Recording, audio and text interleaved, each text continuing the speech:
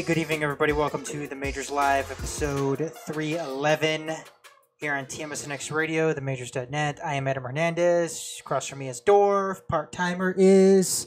Part-time. Part-time again this week. But he assures us, though, Dorf... It is not his fault this time. It is not his fault, and it sounds like he will be back next week. Part-timer is part-time. Whether or not you trust him on that one is... That's up to you. He's given us no reason to doubt him. No. I like, since we're in the video now. No, Sean, we know you'll be here next week. We miss you, buddy. Yes, we do. Well, to be fair, I'd rather Sean not die in a car accident trying to get back through the thick fog from Chicago, and not crash the company car and get fired. Hey, and it is some thick ass fog out there right now. It is. Happens when a foot of snow melts off the ground. Yep. Oh, it's gonna be like 63 tomorrow. Really? Think about wearing shorts. If it makes it to 64, that's the record for the day. Is it? Well, in recorded temperature history, yeah. In Farmer's Almanac history.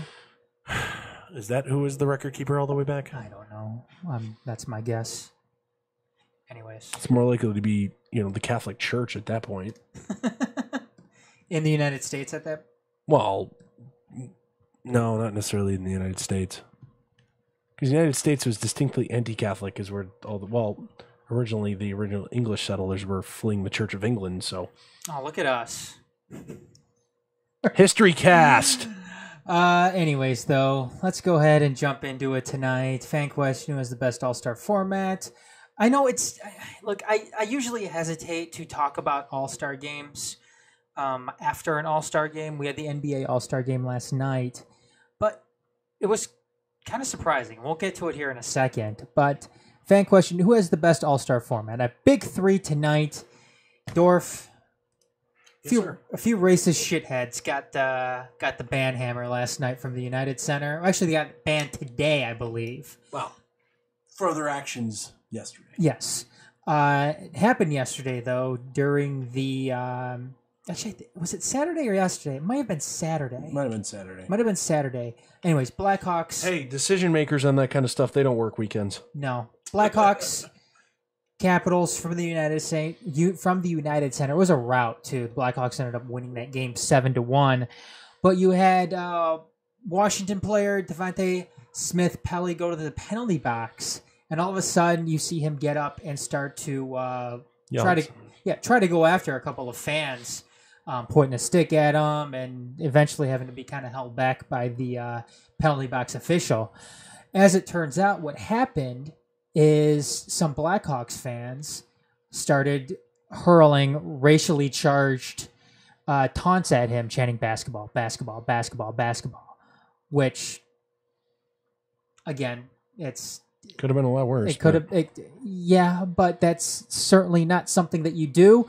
The NHL official in the penalty box there notified United Center security, and they promptly removed those fans from the arena. And as we learned today, those fans have been banned from the United Center forever. Which is a good move if you are the United Center staff, if you're the Chicago Blackhawks, because I certainly don't want that kind of bullshit, stick into your organization like that. And hockey has had kind of a little bit of a track record with something like this. I'm pointed back to Wayne Simmons of the Philadelphia Flyers a few years back. I believe it was an exhibition game in London, Ontario. He was going and taking a penalty shot. Somebody threw a banana at him. I don't remember that, but okay. Yeah, happened a little while ago, a couple years ago, and it was a preseason game. But yeah, it was funny enough. This isn't the first time within the past 2 weeks that Hockey's had an issue. Well, that Smith-Pelly has had an issue with somebody taunting him in the penalty box. Apparently, I want to say it was maybe last week also. Game against the Minnesota Wild. A fan in Minnesota was taunting him. And I could tell by his reaction that it wasn't anything racially charged based on how we reacted the other night in Chicago and a few nights ago in Minnesota. But instead of him like getting up, going trying to go after the people, he just kind of sat there, looked at the fan, picked up his water bottle, took a swig of water, and then sprayed it over at the fan and caught him in between like the glass, like the little quarter-inch gap in the glass. Because you see the fan kind of go back and like wipe his face off, and that was the end of that. But yeah, good thing that I'm glad the Blackhawks went ahead and took the steps they did. Same thing with the United Center, and hopefully this isn't an issue that we run into in hockey, Dorf, that we've seen not terribly often. No, not terribly often, but hopefully it doesn't escalate into something worse. Like I'm thinking right now how we see European soccer, how shit like that usually goes. It's not even just European soccer; it's international soccer. Period. Yeah. But I hopefully it doesn't turn into something like that, because right now you have roughly 30 black players currently in the NHL, which is an extreme minority, but still. Did you see, by the way, on Chinese state TV yesterday? We'll get to that. Oh, is that actually on our list today? Yep. I didn't see that. Yep. All right, I will not spoil it for later. Yep. Hold your thoughts on that. I would say bite your tongue, but that was Mr. Reddick's excuse for that. Or no, he said he was tongue-tied. Anyways, moving along. Here, let me try and tie. Moving along. The New York Jets really want your boy Kirk Cousins. They have a hard-on for Mr. Cousins, eh? Do you think he's going to get franchised? He's married, guys. Do you think you don't think at this point the Redskins are going to franchise him? Do you? I think he has a very compelling case to. Well, he's already threatened to file a grievance if they do, and he has a very compelling case to win. Mm-hmm. If they do try and franchise him, I would doubt that they would do that, unless, of course, it was the old-fashioned NBA sign and trade where he had already worked out where he wanted to go, and it was just a way to irk out some extra compensation for him. What year did they draft Cousins? 2012. So it was the same year they drafted RG3. Yeah, was that 12? I think it was the 13 draft, actually. Anyways, though, point being is the main guy that they got that year in RG3 and their backup that they got for RG3 are both going to be gone from the organization. Yeah. How telling is that of just how bad Washington is when it comes to organizing and just putting together their roster? It's 2012, by the way. 2012. Anyways, I'm glad though. I want Cousins to get that. Well, if you just go back to the 2012 draft, let's just go through the first couple picks. Andrew Luck, he's hurt. Robert Griffin's not in the league. Trent Richardson's not in the league. Matt Khalil's on a different team. Justin Blackman's not in the league. Morris Claiborne isn't any good anymore. Mark Barron has been on 3 different teams since then. Ryan Tannehill's Ryan Tannehill. Luke Kuechly's really good. Stephon Gilmore's not on his original team. Dontari Poe's on his 3rd team. Fletcher Cox is still in his original spot. Michael Floyd's not in the league. Michael Brockers hasn't moved. Bruce Irvin's on his 2nd team. Quentin Copels is out of the league. Drake Kirkpatrick sucks. Melvin Ingram is still on his original team. Shea McClellan's on his 3rd team. Kendall Wright's on his 3rd team. Chandler Jones. Did Shea McClellan get drafted by the Bears? Yes. Chandler Jones is on his 2nd team. Brandon Whedon's out of the league. Riley Reif's Where's on his... McClellan at? He spent all year on IR in New England. Okay.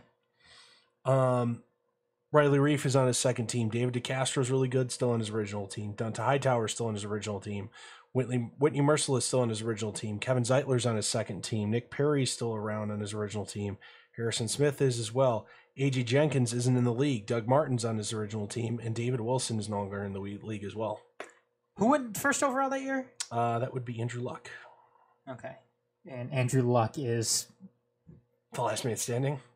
Oh, he may not have a working shoulder anymore, too. Yeah, absolutely.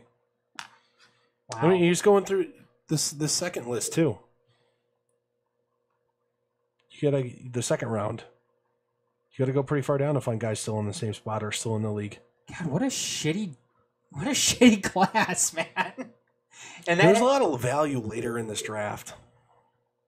I was gonna say, well, you had a. I mean, you had Russell Wilson in the 3rd round. You had that's true. Cousins in the 4th. Olivier Vernon was a 3rd rounder.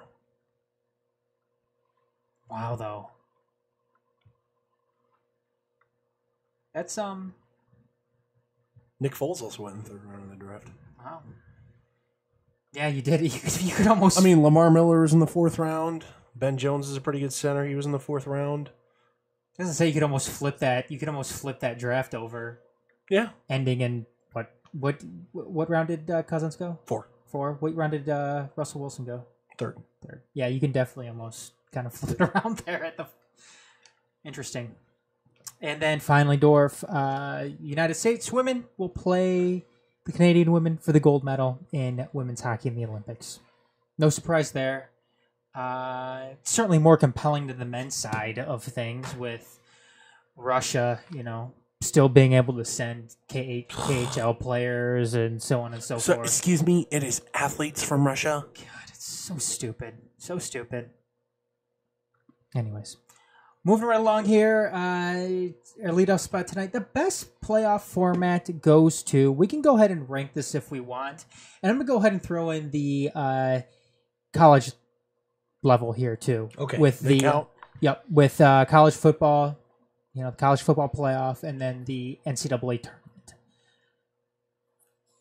And right now, the way we have it, and I bring this up because NBA Commissioner Adam Silver. This is obviously a big weekend for the NBA with the All-Star game going down, and Adam Silver coming out and saying that he's going to take a look at the playoff format going forward. Obviously, there's not going to be any changes this year. I don't even know if there's going to be any changes next year, but as it stands right now, divisions for the most part are essentially meaningless in the NBA because you don't have to win. Division winners don't necessarily make it. If you're a division winner and outside the top 8, then you don't make it. That's extremely unlikely, but that can certainly be the case. Basically, divisions are only around in the NBA to basically be, kind of like just to justify the schedule is aligned. Exactly. I know there's a lot of people out there that like the way that the NBA is doing things right now when it comes to... It's the most financially successful product. Financially healthy product, let's say it that way. Out of the four major. I don't necessarily think that there's a correlation between how they run their playoff format. You got primetime TV to yourself for a month. Yeah, but format doesn't have to True. go into that. That's more timing. That's not. Yes. But you get a month out of it because the way it's stretched out. Well, what they're thinking about doing now, Dorf, is basically conferences be damned. I would love that. And you're going to have the whatever number 1 team is. Number 1 play the 16. Number 1 play the 16. 2 play the 15. Let's do it. 3 play the 14. I don't know if that's what they're going to do, but that's something that Adam Silver... Have they talked about if they're going to reseed every round or no? I don't know if they're going to reseed every round or not. I've always been a fan. The crazy part is, like, if you would have done that 2 years ago, you'd have had the 73 win Warriors playing like a 35 win Bucks team or something like that. I'm not. I've always been a fan of reseeding, just because I've it incentivizes producing in the regular season. Yes, and I've been a guy that's always liked the old NHL format of the playoffs, but obviously that's something to keep an eye on, especially if you're an NBA fan. What Adam Silver ultimately decides to, and it's not just up to him too. I mean, obviously there's going to be other factors coming into play here, and what the NBA does when it comes to their postseason format here. Something that, again, they just changed recently. The whole divisions doesn't matter thing, that's not something that's been around, or that's something that is relatively new to the whole scheme here of playoffs across the 4 majors and then the 2 big time college sports as well. But for me, if you're looking strictly at the pros, I've always, well, it hasn't been around for that long, but I like the way that the National Hockey League is doing things right now. How you have the 2 wild cards, and then basically you have a fight in within the conferences to eventually go to the conference semis and then go to the conference finals and then eventually onto the Stanley Cup finals. I think you get a lot of good interdivision rivalry when you do something like that. And I thought the NHL did a very, very good job when they decided to not only realign the way that they did their divisions, but the way that they've structured their playoff format around it. I thought that they did an incredibly good job with that, and I really, really like that format going forward. I, for one, am not a fan of the way that the NBA does things, nor am I a fan so much of the way that that college football has their playoff structure. I think it's a good start, but I think right now 16 teams or die. Yeah, I mean Dorf and I are I think are in full agreement on that. We are big fans of the potential 16-team format. Yeah, for me, I think that what college football did was I think they half-assed it. And I think that they know very well that they can go and expand this to a 16-team playoff, and they're not doing it. What's the reason? I think the reason that they only went to 4 right away is there was too much heavy-hitting political bullshit to cut through to go straight to an 8 or 16-team format. Too many entrenched interests within the bowl system that we're going to lose their end, their big financial. There would be big financial losers. Let's put it that way. If they were to jump straight there, I think the reason we need a playoff that was abundantly apparent, but in order to keep the big bowls happy, which I'm sure contribute a lot to the NCAA coffers, they had to do it the way they did it. Okay. And that's fair. I mean, I certainly see your point with that. But right now, what year are we in the college football playoff? Is this like year 4? They've done 4 of them. They've done 4 of them? Okay, so we're going to be going into year 5 with this. There's no reason. Done 4 of them? Well, either way. Wohio State's 1-1, Clemson's 1-1, Alabama's 1-2. So yeah, this is next year will be 5. Okay, so you're going into year 5. To me, it's been. Would it be fair to say that it's been a success? That the playoff format has been better than the old BCS format. Is that fair to say? Absolutely. Okay, so there's really no reason to justify not increasing the number of teams. If you want to take another baby step and go from 4 to 8, then I'm not going to be happy, but it's going to be better than 4. If you're me, like I said, go straight 16. If you're Dorf, go straight 16. But as it stands right now, if they're going to still meddle around with this 4-team playoff, that's something I'm not happy with. I'm not happy with the way that the NBA runs it as well. I think that baseball and football are similar in a sense. So obviously, you get the division winners going. Yeah, division winner plus wild cards. Yeah. Both not single elimination games, which makes them different from the NFL because that's division winner plus wild cards as well. Mm-hmm. There's quite a hefty incentive for winning Mm-hmm. in the regular season and getting a higher seed. So yeah, they are very similar in that respect. I have to hash it out in order for me to say which one's better. Especially in football, there's an increased incentive on winning just because if you win, then you get a bye in the first round. Yeah, you don't have to play a game. Plus, you get a week off to get you guys healthy. Exactly. So there's an increased incentive, especially in the NFL, where minimally like bye weeks end week 11, something like that. Yeah, is the last bye week. So minimally, guys have played 6 weeks straight, and you get a bye week and they don't. Generally speaking, playoff team. I mean, you're more than likely have been played like 10 weeks straight at that point. Mm-hmm. That plus the extra week to prep, the week to get off your feet and get healthy. That's huge. Plus, you're one less. You have to play one less game. One less thing can potentially go wrong. It makes it so much easier to make it to a championship. Yeah. Yeah, I think about it. 33% less wins required to win championship. Well, I think the NFL has a good formula with the way that they do things as well. Just because, like you were saying, the incentive to having a good regular season and earning that bye greatly increases the chances that you really truly do have the 2 best teams playing for the Super Bowl.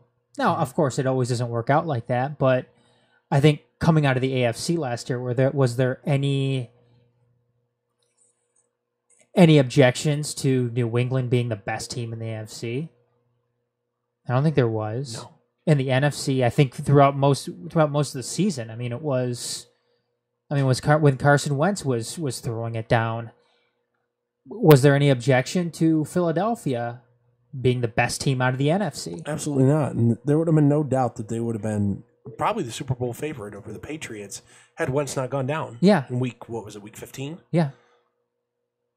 Yeah, I would have had no doubt with that. I mean, you saw what their offense did, even with Foles at the helm, throughout the entire regular season and into the playoffs. I mean, shit. They didn't punt. They punted once. No, wait. New England didn't punt. Yeah. They punted once in the Super Bowl. Wow. What about the NCAA? The NCAA tournament, because that's right around the corner, Dorf. Is there anything that you can think of that would make that system better? Because to me, Yeah. I mean, when it comes to the NCAA tournament, the first 2 days of the tournament are my two favorite sports days of the year. 215 upset is your favorite thing ever? A 215 upset? Yeah. Yeah. Fuck you, man. I love. Well, no. The latest one was against my team. No, I know. No, but I love. You're not wrong. I love everything that happens. I love the first and second day of the NCAA tournament. I love it more than the Super Bowl. I like the first weekend a little bit more. The first weekend. So it would be the second. Well, sorry, the play-in games are round one technically. Well, not anymore. The playing games are the playing games again. Are they? Are they? Yeah. Okay. So round two. So the round of 32. Those are my favorite games because then you get some of those like below 500 teams that happen to win their conference tournament. You get rid of that shit, and then you get down to like literally the best 32 teams left. I like that's when it really gets exciting for me. I love the format except for one thing. What's that? Single elimination. Single elimination. I know you can't do it any other way and get that many teams involved, but man, single elimination sucks. So would you be in favor of limiting the amount of teams that come in and maybe making it a best There's of...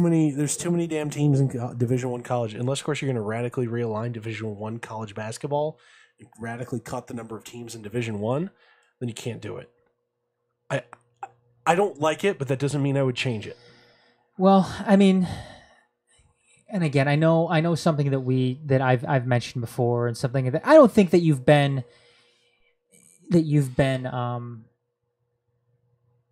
you know, you haven't entirely disagreed with me on, and that's my, I have a growing criticism of Tom Izzo, simply because he hasn't produced to the level that I would like to see him produce. You'd like to have him have another national championship? Yes. He hasn't won a national championship since what, 2000? 2000. He hasn't won a national championship since 2000. 18 years. Yep. He's had This is season 18 since then, yes. He's had, obviously plenty of... He's played in a couple, made it to, 6 Final Fours in that span? Yep. I want to see more. But based on the current format that we have here, and yes, like you said, the single elimination... But also the single elimination, he's been a very big benefactor of the single elimination. Yes. His teams have limped into the tournament and got hot. Mm-hmm. Yeah. And made runs. I mean, they made it to the Final Four in 2000... I forget what year, as a 7 seed. Mm-hmm. Made a run as a 7 seed, and they also got knocked out as a 2 in the first round. Dorf cried that year, too. I broke a chair. Did you? Well, no, never mind. That was trouble with the snap game. Jumping out of the chair in excitement, I broke a chair. No, we were at work when the beginning of that monstrosity happened. Middle Tennessee State. Yeah. By the way, they're ranked right now. Are they? Yeah. God, can you imagine if Michigan State plays them again? Watch they play them again. It's like close in the first half, and they come out and just end up beating them by 40. Who, Michigan State? Yeah, hang a hundy on them and beat them by 40. I think that's probably what would happen this time around. I can't imagine Michigan Well, State. if you look at Middle Tennessee State, they performed like 20% above their average. Like 5% above their best game ever. So what do you think, Dorf? What's your favorite playoff format that we have here? Out of the ones discussed, I think I'm going to go with the NFL. NFL? I think it's the perfect mix of incentivizing, winning everything in the regular season and rewarding those who do. and it's thoroughly. Yes, it's still single elimination, but you can't play multiple football games in a week. No, so you don't want to kill. You don't want to kill anybody. Close second would be the NCAA tournament. NCAA tournament. What are your thoughts then on baseball then? Because it's very, very similar to what the NFL does. What grinds my gears about baseball, the baseball playoffs, it's too late. Too late in the year. Good point. Good point. You're playing baseball in the winter at that point, and it's not fun. At that point, everybody's just swinging for the fences, and it's just dingers and strikeouts, and that's all you see. You know what? I don't mind. Which is exciting, but yeah, man. I don't mind a little bit of a chill in the air when baseball playoffs come around. Part of it. How you solve this? Do like the College World Series, neutral site World Series every year. I'd much rather. I'm not saying put it in the same stadium every year, like they do in Omaha, but neutral site. Put it in warm weather, so the weather is not a factor. I would much rather have them shorten the season. You'll never get them to shorten the season. I know you won't. We've had this discussion before. Have we? About potential, yeah. Excuse me, that was a Sandlot Report topic back in like the first 10 episodes, asshole. You should remember that. I forgot. Don't blame me. That was several years ago. No, you never will. For the same reason that the NCAA playoffs, the football playoffs, are the way they are. Too many entrenched financial interests that you'll never be able to make that change. If anything, they'll go longer. I think they would. You're more likely to see go longer, have no off days, but expanded rosters. I think you're more likely to see that for baseball. Bigger rosters, no off days. For me, it's still hockey. Like I said, I love what they did with increasing those interdivisional rivalries when it comes to playoffs. Incentivizing winning your division. Yeah. I really, really like that. I tell you what, though, if I liked it a lot more before in hockey with the reseeding. Yeah, they don't do that anymore. I've always, like I said, I've always been a fan of reseeding, just because I liked the old format that they did in hockey. But I think this is something new. It's something different, and I think it's worked out well for them so far. So, and I like it. Yeah, I like it. But I'll tell you what. If college football ever did go to a 16-team playoff, oh my god, it would be. Yeah, it is Party Boyd. Sorry. Yeah, it would. Good thing that's not captured on camera. That would be amazing. I think that would be very, very intriguing, and yes, it would work because we've done the math. Yep, we've done the math on it, and it works out. And you could still keep the bowl system. Absolutely, you could. Can absolutely still keep the bowl system. Sponsors would still be able to sponsor. College football would still make their money. It would drive up the value of those 16 games. Absolutely, it would. Absolutely. It's just, again, at this point, there's no more excuses why they shouldn't do it. We'll do another long show on the college football playoff format, or proposed format again. Yeah. I'm sure. Yeah. In about 6 months or so. Anyways, though, bitches and badasses. Dorf, who's your badass this week? My badass this week is JD Martinez finally getting his contract done. Held out for more, greener pastures and got him, signing a 5-year, $110 million deal with the Red Sox. Also including 2 opt-outs, including the first one after year 3. The second one, I couldn't figure out where it was. Couldn't find that information available other than that it existed. Couldn't be a better guy in professional sports. We got to watch him here locally over the last several seasons. Good for him. Do you think this is going to be a contract that Dave Dombrowski's going to regret or Boston's going to regret down the... I think they might end up coming to regret it because they're going to tie up money and aging players that they're going to regret not having around when it comes to signing Benintendi, Bogarts, and Betts. Mm-hmm. And Jackie Bradley even to a lesser extent. Okay.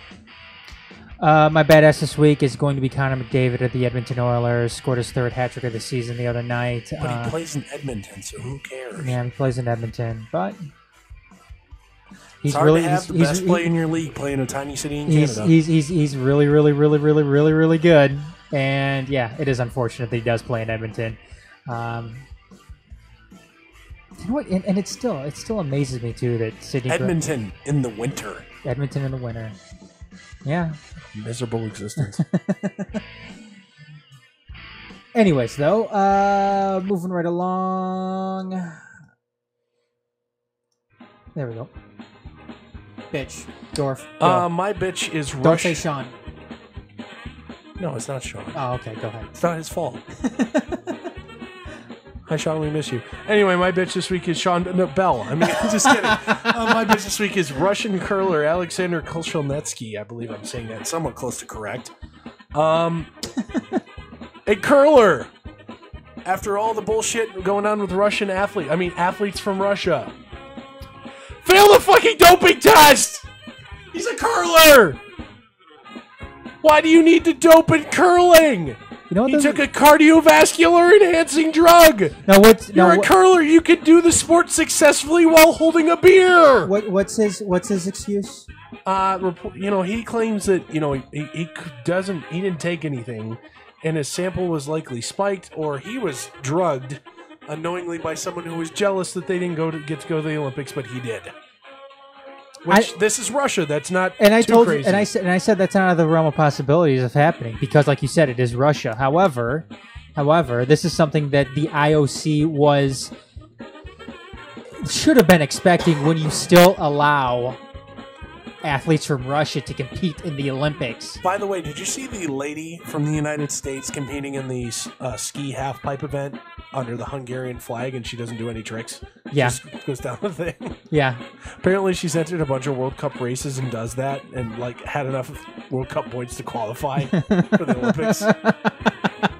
I did hear about that. She was originally going to go, I forget what other country's flag she was going to fly under, and then she's like, hey, Hungary. Apparently, one of her grandparents is half Hungarian, and that's the way she qualifies. They didn't have enough to fill, because I think you're allowed to send 4 qualifying players per individual event, as long as they have enough of whatever the qualification is for the event, and Hungary didn't have enough. Yeah, we're talking loose. So she just goes downhill. Loose restrictions. The worst part is she's not going to finish last. Hey, I went to the Olympics. Yeah, but the only way you finish first is if you take some risk, though. So, but yeah, she's like wee. Because you tricks, she just goes up, down. Yeah, I couldn't do that. Well, that was last week in this segment. The Olympic athletes were my badasses because they all were participating in events that I couldn't do without dying. And this week, one of them's a bitch for failing a drug test because he's a curler. Yeah, you can literally do it. Rolling the stone in one hand, holding a beer in the other, shouting instructions to your partner. Hard! Hey, you know what? I was sorry for headphone users that are screaming in your ears. You know what though? I saw this one guy. I think it was France or something like that. It's France or Norway or something. A French downhill skier got sent home for being a douche. Oh, really? Yeah. You got sent home for being a douchebag? Well, he essentially was asked in a post-race availability if he was happy for his teammates for being successful. He said, nope, don't care, only care how I do. And so the French delegation sent him home. It's Michaela Schifrin's boyfriend. Oh, really? Yes. He was done anyway. I believe he was done racing anyway. Did you see the German two-man bobsled crash the other day? No. Oh, man. They ended up finishing very, very well. I think it was a first-place finish that they got in that particular run. They crashed at the end? Yeah, they Brakes crashed. Didn't work? No, they took the last corner too high, and it just flipped over. Ooh. And yeah, it was. I mean, they were all right, but yeah, it was pretty scary too. Oh, by the way, while we're on Olympic chaos, the Jamaican women's bobsled team had their coach rage quit and take the sled with them. Yeah, but they ended up getting it. Red Stripe overnighted them one. Good for them. Red Stripe beer. Was it the women's bobsled team? Women's bobsled was it team. Women's two-woman bobsled team? Team. Yeah, whatever. 2-person bobsled team, yes. Let's see here. What else happened? Oh, the one that won the downhill ski event, who was a downhill snowboarder on borrowed skis. Oh yeah, I heard about that. Just because YOLO. Why not? Anyway, who's your bitch? My bitch this week is the San Diego Padres. Eric Hosmer, I get it. I get it. It's a lot of money in a lot of years for Yeah, Eric Hosmer. he's a pretty good player. Am I going to be? He's really not, though. Yeah, I know. I want to give him a little bit Hit of. the ball in the air. I wanted to give him something here, but that is totally a San Diego Padres contract. Am I right? Yeah. That's totally a San Diego Padres contract, and they are going. San Diego Padres contract would be spending no money on your payroll this season. Yeah, but where'd they give Matt Kemp though? That wasn't. He didn't sign that deal with them. He signed that deal with the Braves. No. He signed that deal with the Dodgers, and then was traded from the Dodgers to the Braves, and then the Braves flipped into San Diego. No, he went. Oh, you're right. Shoot. No. The Dodgers dumped him in a salary No, slot. no, they didn't. He went. I'm looking this up. He went from LA to San Diego. In a trade. If it was a trade, fine. But you're saying he went from LA to the Braves, and he didn't. I'm looking. I'm going to get this straight. Give me a second. Okay. I do have a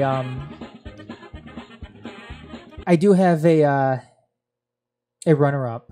He was traded to the Padres from the Dodgers. Okay, that's what I thought.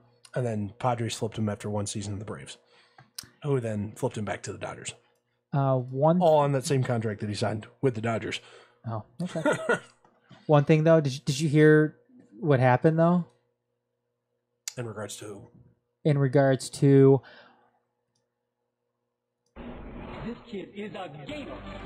He's a playmaker. We hope he starts the year in Double-A, and we see him as having a MLB future. What did we tell you? What did we tell you? He's coming up. Eventually, he will be coming up. Yeah, Tim Tebow is going to be playing in the major leagues with. I'm gonna play PR professional here for a second. Even if that wasn't the case, I'm not saying any different. He could be just organizational filler. He could just be part of the three-ring circus to draw fans to the minor league ballparks. That was always my. But you're not going to say any different. Otherwise, it sacrifices your legitimacy as an organization. Oh no, he's just here for the three-ring circus. That was always why I said they would bring him up. Oh, I'm not. It's because I'm not saying that they'll use him for that at the big league level, but even if that is their plan, they're never going to say that. No, they won't. But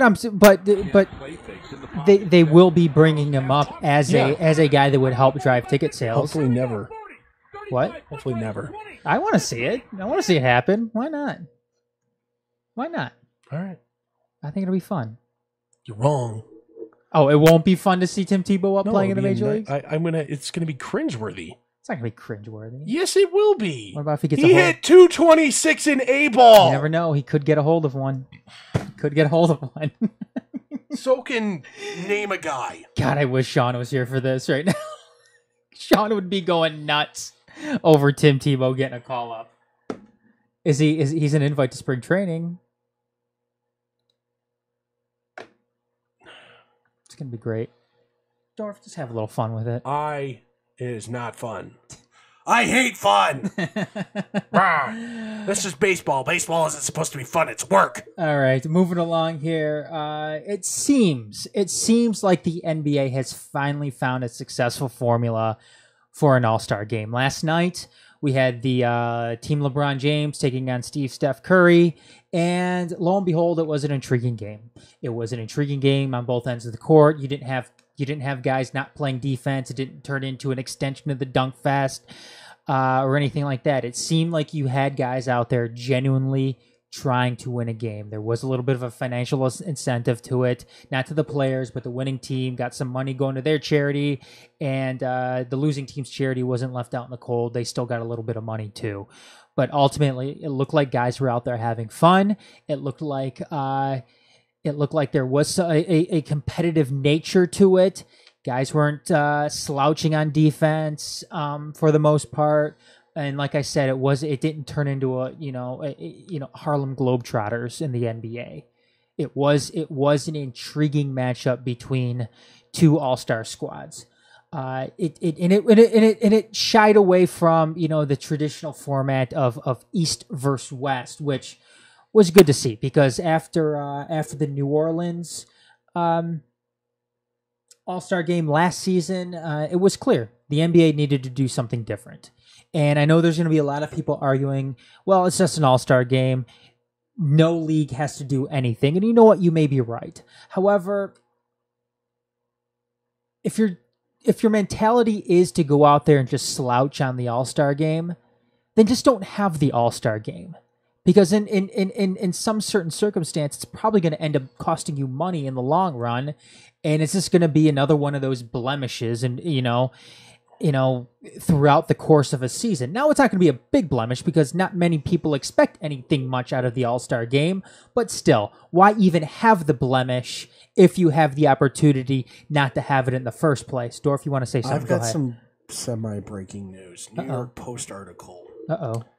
Related to Kirk Cousins, what we were talking about earlier. Okay, go ahead.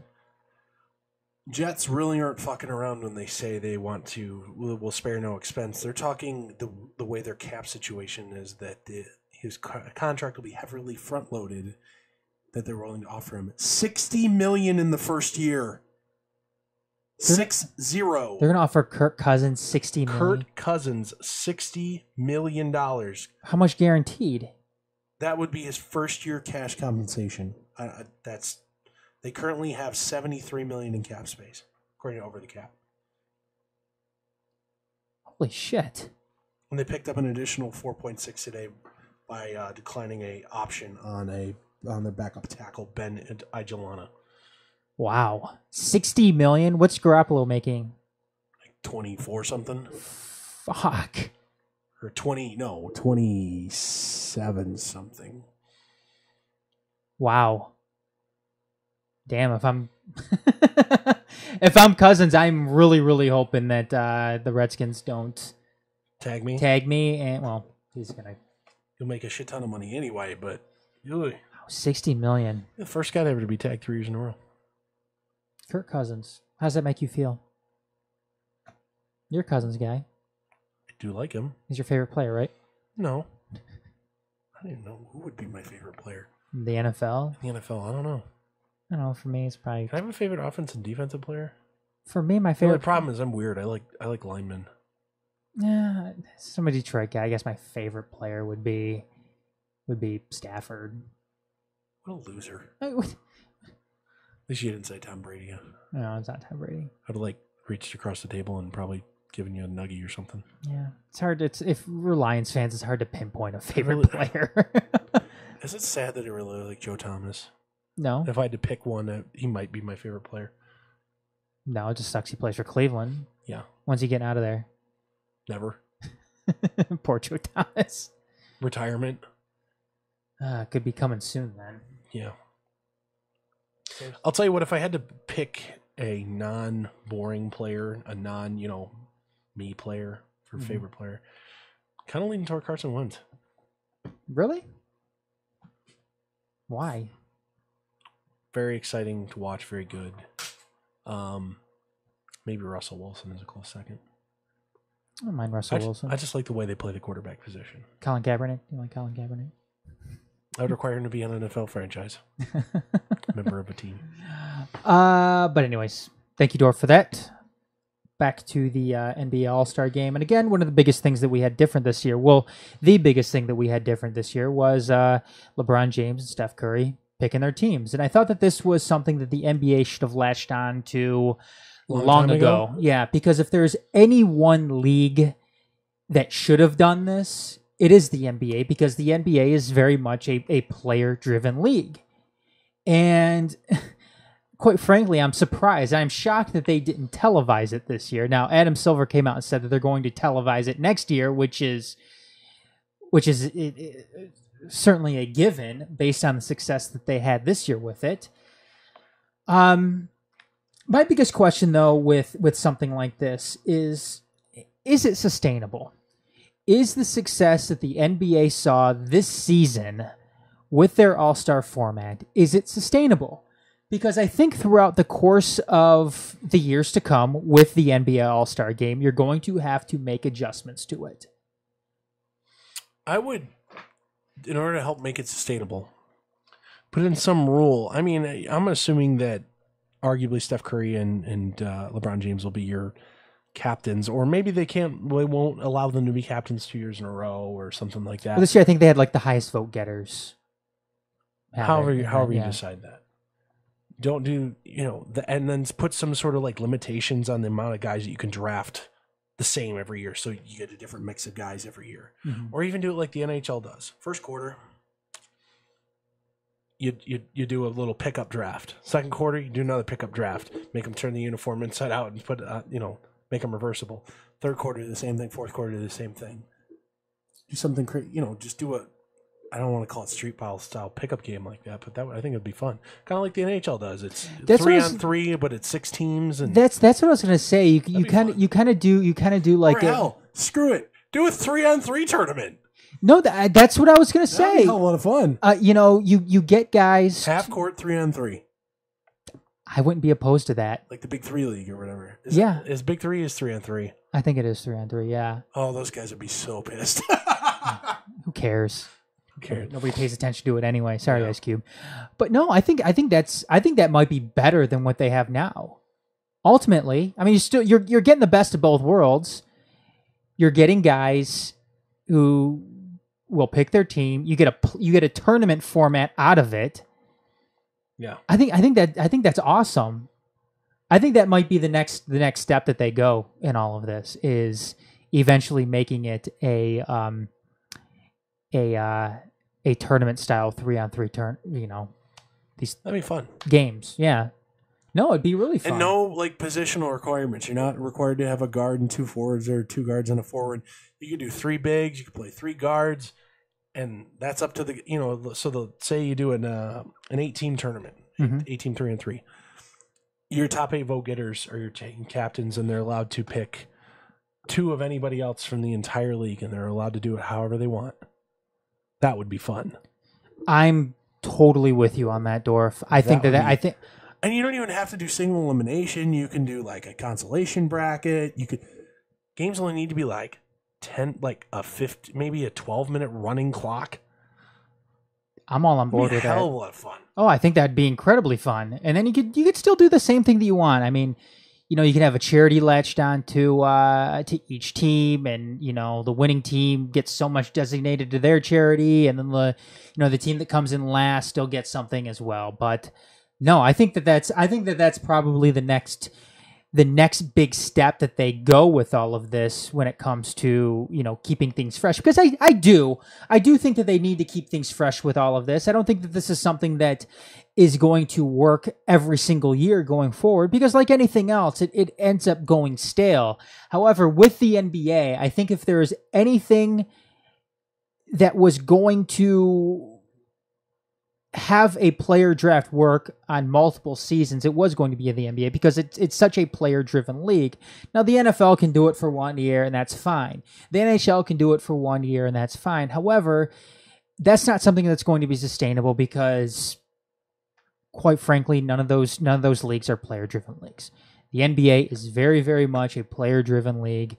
There's much more personality in the NBA than there is in any other 4 major sports in the United States here. But I really like that idea, Dorf. I like the idea of a 3-on-3 kind of pickup game in all of this, and just in doing that going forward. I think that would be fun. Stupid shit of the week this week, Dorf. We talked about it. I don't know if we said it. I don't know if we said it on the air or off the air, but the MLB pace of play rules that they're going to be doing here, and I'll go ahead and go down the list. Teams get 6 mound visits per game. Ugh.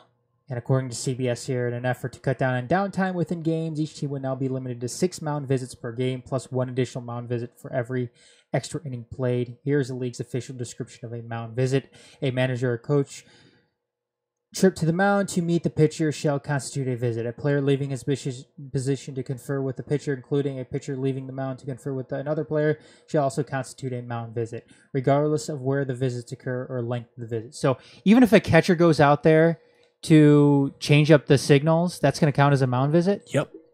If the third baseman comes over and chats with them about a runner, that's a mound visit. That's one of the stupidest things I've heard, which fits the segment. Stupid shit of the week. That is awful.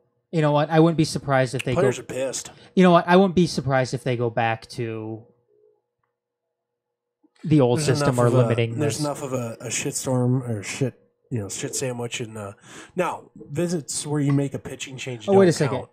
There are mound visit exceptions. Yeah, there are exceptions to it. It's like cross ups after you're out. Yep. Pitching changes don't count, and what was the other one? An infielder goes to the mound to clean his spikes during rainy conditions. On the spike cleaner thing. So you know what you're going to be seeing? You're going to be seeing players going up there and just cleaning off their cleats and talking to the pitcher. That's what you're going to end up seeing a lot of. Mm-hmm. Any visit involving a potential injury and any visit after a pinch hitter is announced. No, this is dumb. To me, this is you're making changes for the sake of making changes. Yep, that's what this is. And how many? And I know I made this analogy off air, but I'm gonna do it again. This is the equivalent of security theater. Doesn't actually make anybody safer, but it makes it look like you're trying. Whereas in baseball here, it doesn't speed. This isn't going to speed up the game, but it makes it look like you're trying. Mm-hmm. You don't need. Even if this does have a positive or a net impact on game times, it's going to be so insignificant that it doesn't matter. Yeah. And the people with the ADD that you're trying to win over are not going to be won over by limiting mound visits. I mean, here's something. They need more dingers.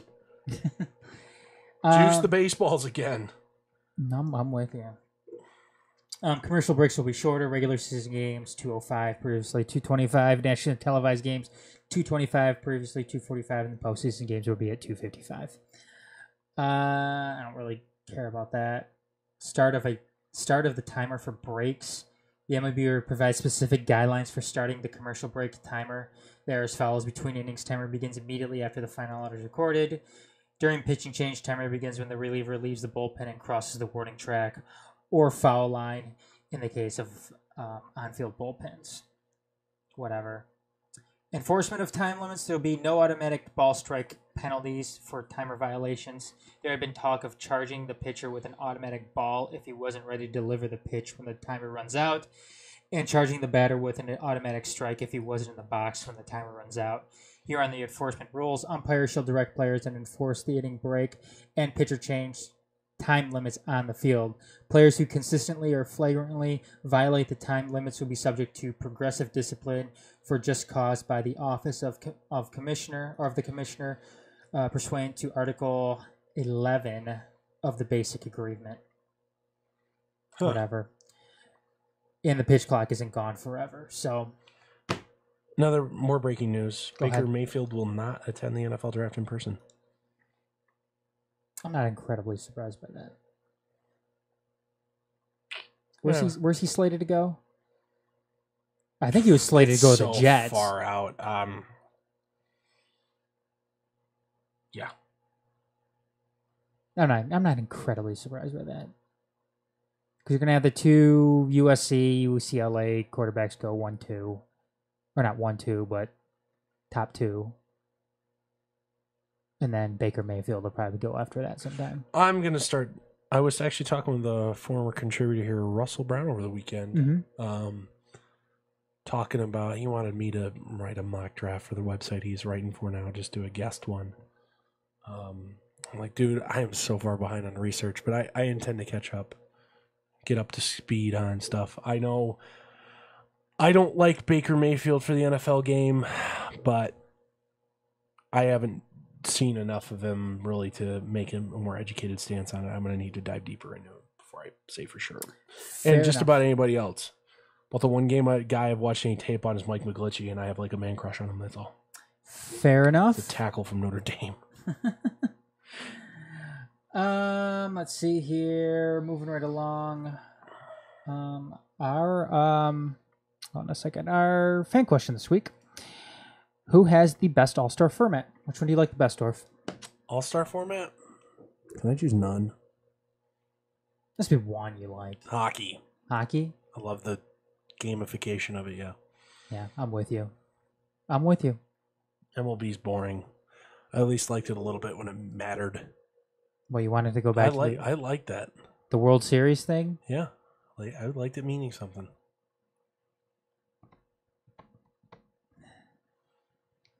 You know what? Baseball is one of those.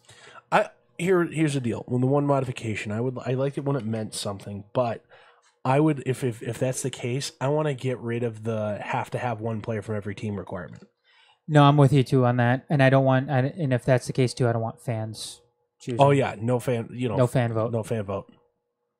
No fan vote. If you're going to go back to the All-Star game determining the World Series, I don't want a fan vote, and I don't want one player at least per team. I don't want a mandatory one player per team. I want. And in fact, I'd rather have teams that are in the hunt send their best guys. Send their best guys to. But at the same time, with the All-Star break, there's about 4 teams that aren't. I know. I know. It's kind of an ambiguous requirement for it, but still, I think if you limit the one player per team rule, then you would start to see more teams who are competitive and possibly that are this possibly means going to be in something. the We're going hunt. to send our best guys Exactly, because that home field advantage is more worth that than us having time off. Who chooses the rosters then? Coaches, writers? Fuck the writers. I would go general managers. General managers. GMs What about players? GMs, coaches, players, some combination of the 3. Okay. And no writers. No writers. I would even say the manager just gets the roster. Whoever's managing the game gets the roster, and he does everything he wants to do with lineups and positions, etc. Okay. And you know what? Honestly, I would still stick with the manager from the previous year's World Series managing the game. Mm-hmm. I wouldn't even be upset because reigning champ, he picks the roster. He picks the roster he wants. I wouldn't be upset with that either. Yeah. Because, well, in that case too, I'm guessing that the manager prior to the prior season winning the World Series, I'm guessing that team is still going to be competitive. Usually are the following year. So, see, the only thing is if you let him pick, the manager has sole discretion over that of the previous year's winner. You put him in a really awkward spot with it. You took that guy over me, coach? What the fuck, man? Yeah, that could be. Come on, Skip. What are you doing? Yeah, that could pose a problem, but whereas at least if it's up to the fans or the GMs or something like that, hey, it wasn't me, man. I love you. No, I would have taken you if it was up to me. No, but you definitely don't want. I mean, I just hated the notion of having guys in there who have no chance in playing in the postseason or the World Series, for that matter. Helping determine who's going to get home field advantage. I've never ever liked that. I mean, because we saw it a couple of years ago. I think Ron Washington said something about that as well when he was totally against having that be a rule and whatever. And I don't know. I was with him. I thought it was stupid. Anyways, moving right along here. Finishing up tonight, TMS and Extra News. Was this what you mentioned, the JJ Redick thing? No. You didn't mention that earlier? No, Chinese state television put a woman in blackface for some segment about Chinese and African relations. Oh, really? Yeah, it's pretty bad. Ugh. But judging a different culture by the standards of your own, yada yada, that's a discussion for another time. Yeah, I didn't hear about that. What I was talking about was this JJ Redick. I don't know. Take a listen. Ni hao, happy Chinese New Year. Happy New Year to China. Sing Young Carlos. Happy New Year. Happy Year to dogs. Definitely.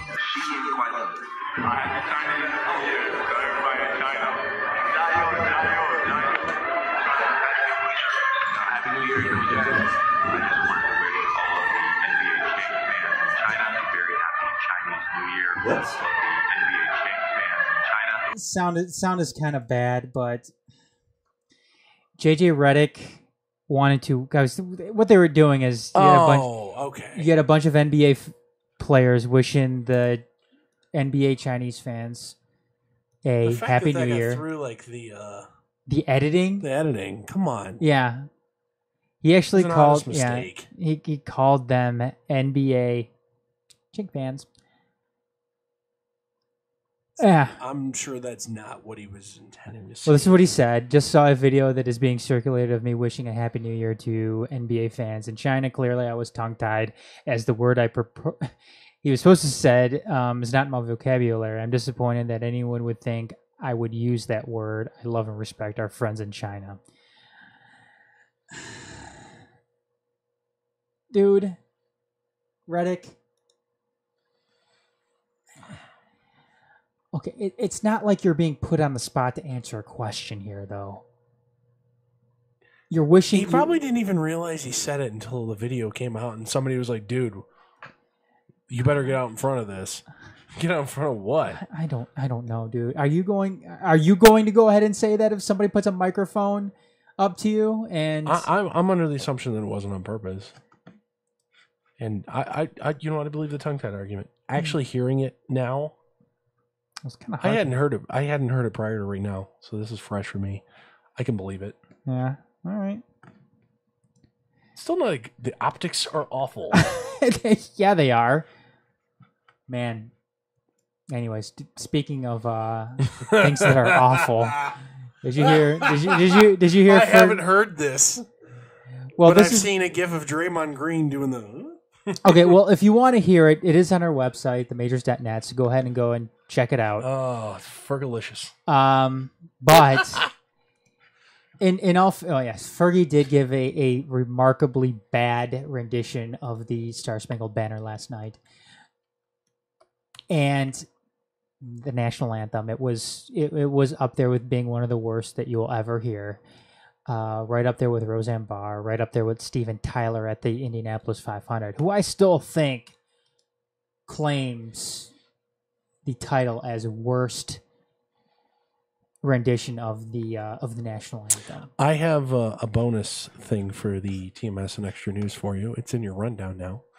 You don't put this up on the screen, do you, when we're live on? The rundown? No, not the rundown. You don't broadcast the web browser. No, I don't. For what you're talking about. Learn how to do that. It'd be making. Did you hear about the? I believe it's a TV station out of Chicago. Confuses Pyeongchang with PF Chang's, and had a graphic in the background of their their sportscast of the PF Chang Olympics. No, I didn't. It was a gag by the sports broadcaster that somehow made it past the editors. Oh God! And PF Chang's played it off all in good fun and gave renamed their lettuce wraps for one day and gave everybody a coupon for it. Oh, good for them. It was supposed to be a joke, and they did the whole segment with that graphic up behind him. Oh my God! As far as this national anthem goes, like I said, if anybody wants to hear, if anybody thinks that the Fergie one was bad, go and YouTube Steven Tyler Indy 500 national anthem. That's bad. It is awful. It is one of the worst ones. You know what's even funnier? A broadcast interview. Have you ever seen the interview of Eminem? Yeah. Was it? It was the Michigan-Notre Dame game. Michigan-Notre Dame game. Yeah. He just looks like he's tripping balls. I always think he did that on purpose. I don't know if that was. It was a persona. It was. Yeah. I don't think that was. Just put me back on. I want to do the face. Just the whole time. It's actually on our YouTube page if somebody wants to go check it out. Just go look on the old files that we have on there. It's there. Yeah. Along with the shot that NBC Sports came back to during Sunday Night Football. Go check that one out. I don't remember what that one is. I'm gonna have to go look. Yeah, I'll show you here. I won't spoil it for the people. I'll show you here. We are desperate for those YouTube clicks. Go find out yourself. Oh, this one doesn't need any more YouTube clicks. I think it's like 13,000 or something clicks on it. Hey man, a little more than that. The new monetization rules on YouTube means we need 1,000 hours of watch time. I know they've 12 months. They've gotten crazy with it, but in the Roseanne Barr rendition, that's something that they asked for. That's something baseball asked for. You get a comedian out there who's not a singer. That's you're asking for a shitstorm. But here's Fergie though. During the rehearsal, showing some doubt about how it's being sung.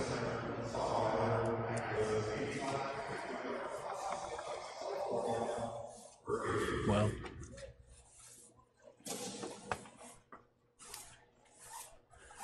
Yep. Should have started by now. Oh, is it not going?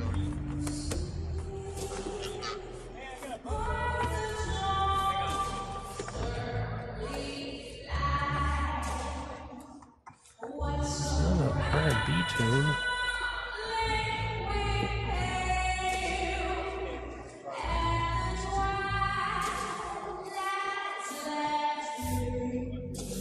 All right, I think we've heard enough. Oy. Yeah, not the Embarrassing. not the worst, but certainly not the best. It is one of the worst. I'm gonna play PR advocate again here. Go ahead. Remember, no public attention is bad. This has probably boosted her brand and sold her a couple more albums on Well, iTunes. she came out and apologized for it. But she was expressing some doubt in the during rehearsals about the way it was being sang. My favorite thing that I saw on Twitter as a reaction to this, I forget who it was. It was some conservative political commentators said something to the effect of kneeling is less offensive than that rendition of the national anthem. I forget which one it was, but I saw that today. I thought it was quite funny. I might have pounded my hand on my desk at work. Oh yeah. Yeah. Oh. Got stared at. It's pretty cool. Awkward. Oh man, we better hurry up and get done. My voice is toast. Anyways, yep. Let's see here. That's gonna wrap things up for this week. I don't know. Maybe Sean will be back next week. Maybe he won't. Yeah. I think he will. We taking prop bets on this? I'll give you 2 to 3 odds he's back next week. I think he's gonna be back next week too. So. Do you want to tease what we're doing tomorrow? Oh yeah, sure. Excellent. Tomorrow, we were gonna talk about it tonight, and that is the whole shut up and dribble type thing, or not type thing. Well, but it's not necessarily just that. That is going to be our first topic. We are here with the Family Network's Empire Radio. We are going to launch a politics-based podcast tomorrow. Yeah. Tomorrow at 8 p.m. Eastern. It's myself, Adam, and Josh. Formerly of the Majors Live. Formerly of the Majors Live. He's now on XCast with Adam, usually on Tuesdays. Yep. We still don't have a name. Yep. Still figuring out a name. Trying to figure out kind of what the dynamic is going to be. Josh and I have not been on the same podcast since 2011? I think we did 2 shows together. It'll probably be everybody yelling at each other. Hopefully not. I'm gonna, I'm driving the ship here, and I hope to facilitate a more calm discussion than what politics usually can devolve into. I think it's gonna be a good mix. I'm sure Josh is gonna call me a commie at some point, though. I probably will too. That's fine. That's fine. Yeah. So 8 o'clock. Where are we doing? The Empire? All the usual places where you catch into the Empire Media. Yep. TheEmpireMedia.com stuff. You can go ahead and that can kind of be your base of operations there, and branch out to wherever it is you want to listen to it at. So. Yeah, I'm excited. That'll be fun. Should be fun. And then following that will be XCast at the regular time, 9 o'clock p.m. Eastern time, over there on TheEmpireMedia.com as well. So it'll be fun. So yes, first topic is I've called it "Shut Up and Dribble." Just the kind of state of sports figures becoming political pundits and what that all means, and good, bad, otherwise. Talk that all out. And then we're going to split it into 2 halves. Second half of the show will be more related to the debate of the kind of comparing the merits of the parliamentary system and the congressional system, which will also be fun because that's more political theory and not modern commentary. Yeah, kind of nerdy sounding too, but go ahead and check it out. Anybody who is and everybody amateur political science hour. You know what? And well, everybody hears about it. I mean, one of our biggest allies here in the world, Canada, United Kingdom, they both have a parliamentary system. And you always hear you always hear about the parliamentary system. What is it? What exactly is the parliamentary system? And you know what? You might find that is a better form of government. You might find that it's a better form of government. See. Yes, it has its merits. It has its strengths and drawbacks. Yes. like all other systems. And I can't believe we have a kind of a topic dump started because we're trying not to do news of the week. We're not just going to try and sit here and do a reaction show. kind of like we do here on the sports format, because sports is very topical. I've already got a list of like 17 topics that are not time sensitive that we want to cover here. That should keep us good for several months, and I've already thought of 3 since we started talking about this to add to it that I haven't even gotten written down yet. And oh, by the way, that's just my list and not you and Josh. So we'll see. It's going to be fun. I'm excited. Yeah, I'm excited too. It should be a good time. Anyways, though. All right. That's going to do it this week for the Majors Live. Again, catch us next week, same time, same place, 8 o'clock p.m. Eastern Time here on TMSNX Radio, themajors.net. So for Dorf, Sean on the road, I am Adam. Bye for now, everybody. Sorry, Sean. We miss you, part-timer.